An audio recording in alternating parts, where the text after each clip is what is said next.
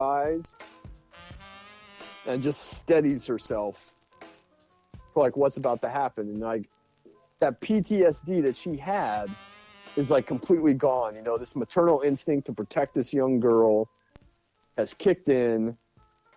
She's not scared.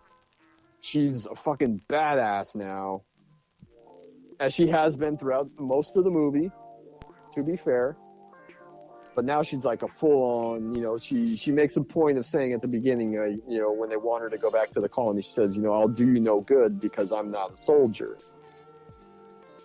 But at this point in time, she's kind of proven herself to be smarter and I would argue tougher than the actual soldiers. But it's that scene in the elevator where she's gearing up and she just kind of closes her eyes and steadies herself. I think, man, she's fucking amazing in this movie. And then she looks for Newt with the tracking device, comes across it, finds out that, you know, the watch has been taken off of Newt. And she's really devastated because, you know, she figures Newt's probably dead. You know, I thought I could find her. Unfortunately, I can't. She's probably dead. And just the look of sorrow that she has on her face, kind of making that realization. And then somewhere, you know, an egg opens up and a facehugger comes out, and Newt, who is cocooned, sees it and starts screaming and tips Ripley off that, you know, Newt is alive. She follows the sound of the scream, finds her, torches the egg, rescues Newt, and then as they escape, they kind of stumble into like the Queen's lair, basically. They see what's happening. They see the eggs being laid. They look up. They see the Queen. Again, great design. It's disgusting, like the egg shoot, basically.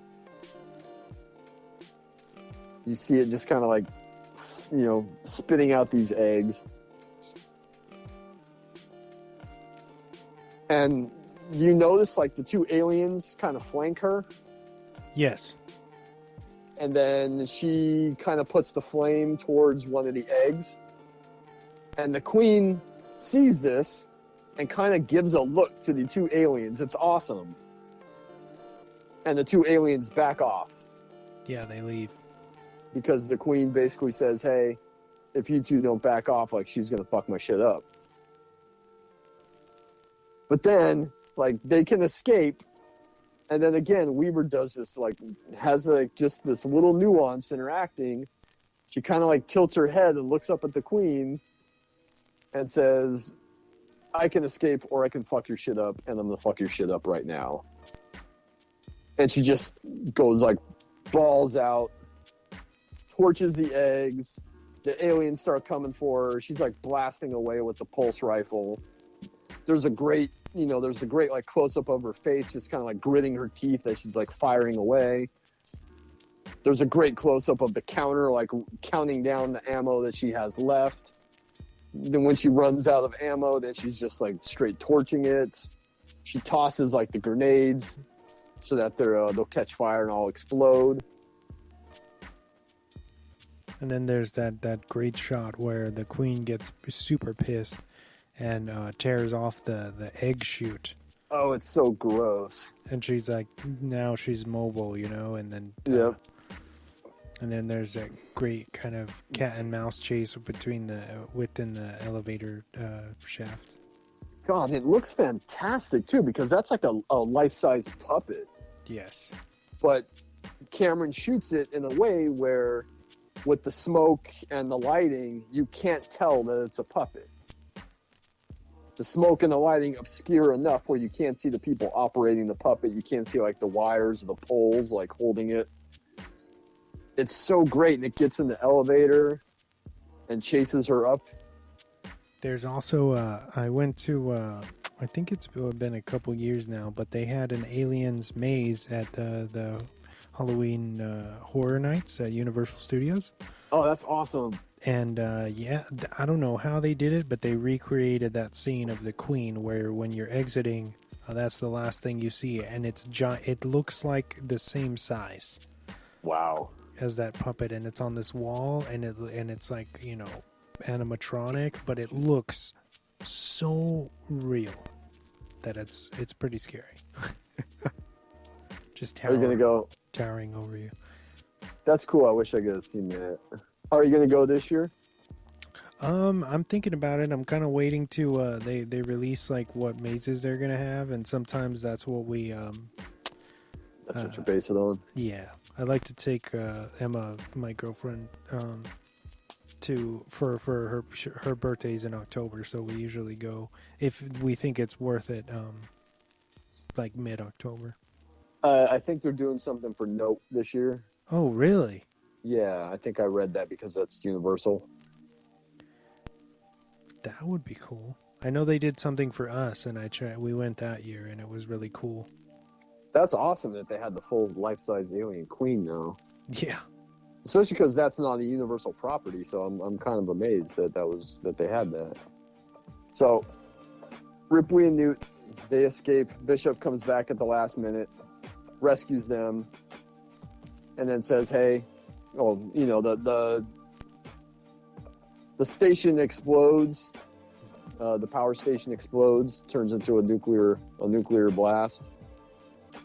They escape. And Bishop says, "Hey, sorry if I scared you. The platform was becoming too unstable. I had to circle around, and hope that you would make it back in time."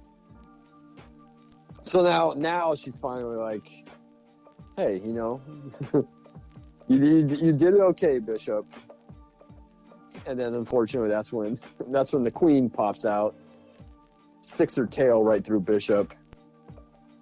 All that gross like milk shit is like flying around. And then rips him in half and goes after Ripley and Newt. And Ripley tells Newt to run, distracts the queen enough, and then runs into a hangar and grabs the power loader suit, which we talked about, which is established early on in the film, that Ripley knows how to use it. She's going to get in it. Now she's going to fight the queen. And yes, get away from her, you bitch. That line is so great, so iconic. Again, watching it with that midnight audience, the audience went fucking apeshit at that line. And then there's a great fight between the power loader and the alien queen, which I should mention, both of which, the power loader and as well, are puppets, are being puppeteered off screen. Oh, really? And Even the power loader? Yep. It's even using light materials, it's a little too heavy to move, like it's designed to move with you walking in it. So it had to be puppeteered. But Cameron shoots it in such a way you can never tell. It looks real. And she's like grabbing it with the claws. She's got like the flamethrower. The small mouth is like snapping out at her in between the bars, the safety bars. It's so fucking awesome. It's such a great scene. And then, unfortunately they get pulled down the airlock shaft. But Ripley lands on top of the alien in the suit, so she manages to get herself out of the suit and start climbing up the ladder to get back into the bay. And then the alien grabs her, and she's hanging on. She opens up the airlock to jettison the alien. And that's a really cool scene too, where you see like the power loader like gets sucked out and fly out in space. You see everything else start getting sucked out. Bishop is sliding across the grate. He ends up grabbing onto it and then grabs Newt. And then alien queen's got a hold of her foot, trying to pull her down, and she manages to slip out of her shoe, and then the alien goes flying out in space. Also, those shoes, those Reeboks are badass, dude. Yeah, didn't they have like a limited edition of them? Yes. Yeah. I think they did that for the Terminator too, because there's that scene where Reese is in the department store at the beginning and he has the shoes and he has like those really cool like Velcro Nikes. Yeah. I think they had like a special edition release of those as well. So alien gets sucked out into space. Ripley climbs up out of the airlock, shuts the doors, and Newt runs over to her, grabs her, and calls her mommy. It's such a good end, such a triumphant end. She gets Hicks upstairs. He's all bandaged up because he's injured with the killing the alien in their escape because he gets acid sprayed on his armor, and I don't think he gets out of the armor fast enough. That's why he's injured. She puts Bishop. Gets Bishop in one of them, and tells Newt, we're gonna go to sleep. And Newt says, "Hey, can we dream?" And she says, "Yes, we can." Because there's going to be no more bad dreams. That's not her actual line of dialogue, but she just says, "Yes, we can," and they can dream. And then Alien 3 happens. Which, hey, I've said it before. I'll say it again. I like Alien 3. It's the first one I ever saw in the theater, so I always have a soft spot for it. Is it as good as Alien or Aliens? Fuck no, it's not. It's probably 2 to 2.5 stars out of 4. Or, what'd you say? You gave this movie 5 out of 5 exoskeleton power loaders? Yes. Then Alien 3 is probably a solid 2.5 to 3 out of 5 for me personally. But I always will have that nostalgia for it. So do you pick Fincher's Alien 3 over Resurrection? Absolutely. I don't like Resurrection. It's got a couple of fun things in it. Ron Perlman, always welcome. But overall, I really dislike Alien Resurrection. Really? Yeah, it's really fucking weird. It's got some really goofy shit in it. Winona Ryder's really miscast. You think so? I think so. But like I said, love Ron Perlman, love the Mercs. They're fun. The whole underwater sequence is really good. Yes. That's probably the best part of the movie, but I don't really care for Resurrection. Alien 3 is really above that.